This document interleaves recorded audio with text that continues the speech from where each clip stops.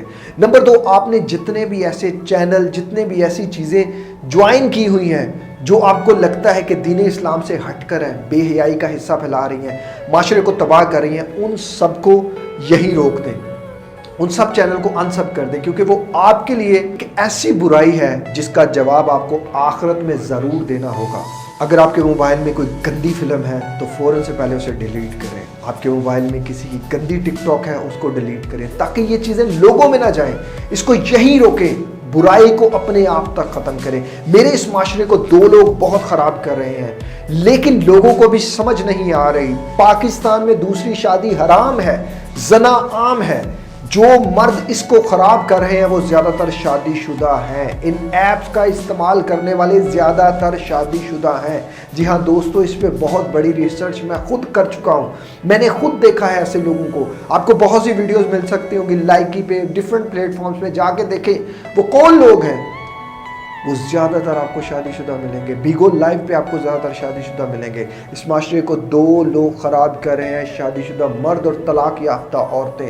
ان بیچاریوں کو پتا ہوتا ہے کہ اب شادی تو ہونی نہیں، اب اسی طرح ہی کرنا ہے، اور شادی شدہ مردوں کو پتا ہے دوسری شادی تو ہونی نہیں، اب جو کرنا ہے، جیسے کرنا ہے، اسی طرح ہی کرنا ہے. جو بھی شادی شدہ لڑکی اس ویڈیو کو دیکھ رہی ہے، میں اس سے ریکویسٹ کروں گا کہ اپنا دل جگرا تھوڑا سا بڑا کریں.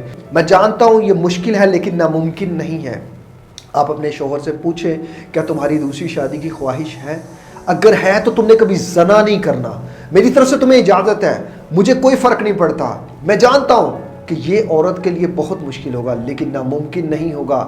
آپ کو ہمت کرنی پڑے گی۔ اس معاشرے کو یہ نہ دیکھیں کہ اس میں ہم نے سدا ہی رہنا ہے۔ آج ایک بار جھانک کے دیکھیں پیچھے کتنی زندگی گزر گئی اور کتنی آگے رہ گئی ہے۔ طلاق یافتہ کا اور بیوہ کا سہارا بنے، ورنہ ایسے ہی ہم تباہ و برباد ہوتے رہیں گے۔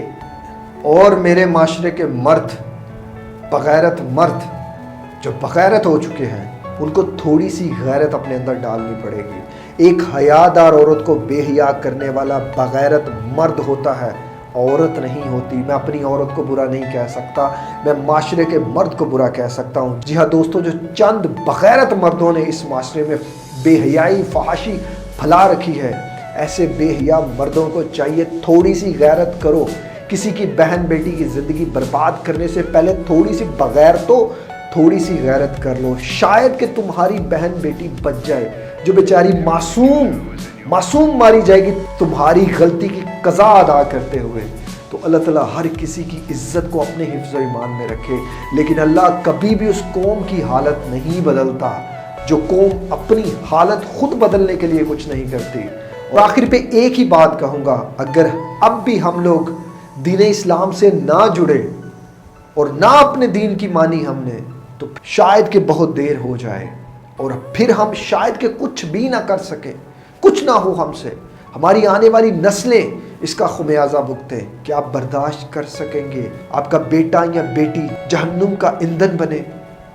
شاید کوئی بھی غیرت مند انسان نہیں کر سکتا، شاید کہ کوئی بھی مسلمان یہ برداشت نہیں کر سکتا، کیونکہ اللہ تعالیٰ کی پکڑ بہت سخت ہے۔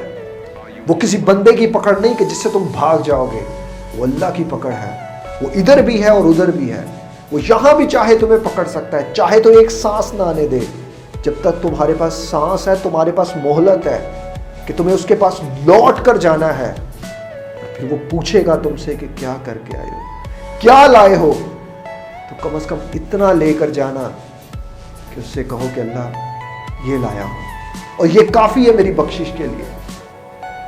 پھر اس کی رحمت دیکھنا، وہ بخش دے گا، لیکن اپنی جولی کو کبھی خالی نہ لے کے جانا۔ وہ رحمان بھی ہے لیکن وہ اپنے فیصلوں پہ اٹل بھی ہے۔ وہ چاہے تو بخش دے لیکن چاہے تو پکڑ لے۔ کوئی چھوٹی سی غلطی بھی ہمیں پکڑوا سکتی ہے۔ اللہ تعالیٰ آپ کے لیے اور میرے لیے آسانیاں پیدا کرے اور ہم سب لوگوں کو ہمت دے، طاقت دے کہ ہم معاشرے کے لیے کچھ کر سکیں، اپنے بہن بھائیوں کے لیے کچھ کر سکیں۔ باقی اس ویڈیو میں آپ کو کوئی میری بات بری لگی ہو تو میں اس کے لیے معذرت چاہتا ہوں، اور میں چاہتا ہوں کہ آپ لوگ اس ویڈیو کو زیادہ سے زیادہ لوگوں تک شیئر کریں تاکہ معاشرے میں زیادہ سے زیادہ اچھائی پیدا ہو سکے۔